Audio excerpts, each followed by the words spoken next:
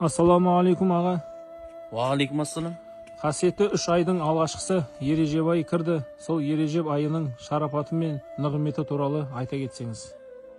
Пайғамбарымыз хадисінде айтады, бұл Режепті Алланың айы дейді, келесі ай Шағбан айы бұл менің айым дейді, ал Рамазан үмметімнің айы дейді. Міне осы хадисті естіген сахабалар айтады, я Расулалла, не себепті бұл Режеп айы Алланың айы дейді. Сонда пайғамбарымыз хабар береді.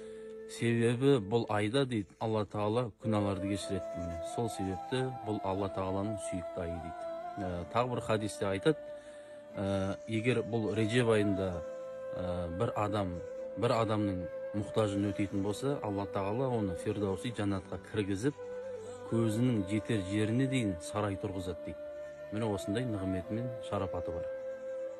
Осы айда ораза ұстауға бола ма? Әрине болады. Пайғамбарымыз хадисі бар, жаннатта Режеп атты өзен бар дейді.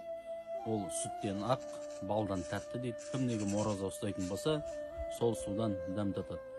Бір адам осы айда оразамен өткізетін болса, Алла Тағала 3 түрі нығмет береді.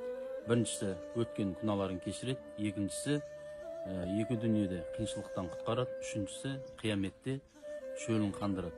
Бұл айдың тағы қандай ерекшелігі бар?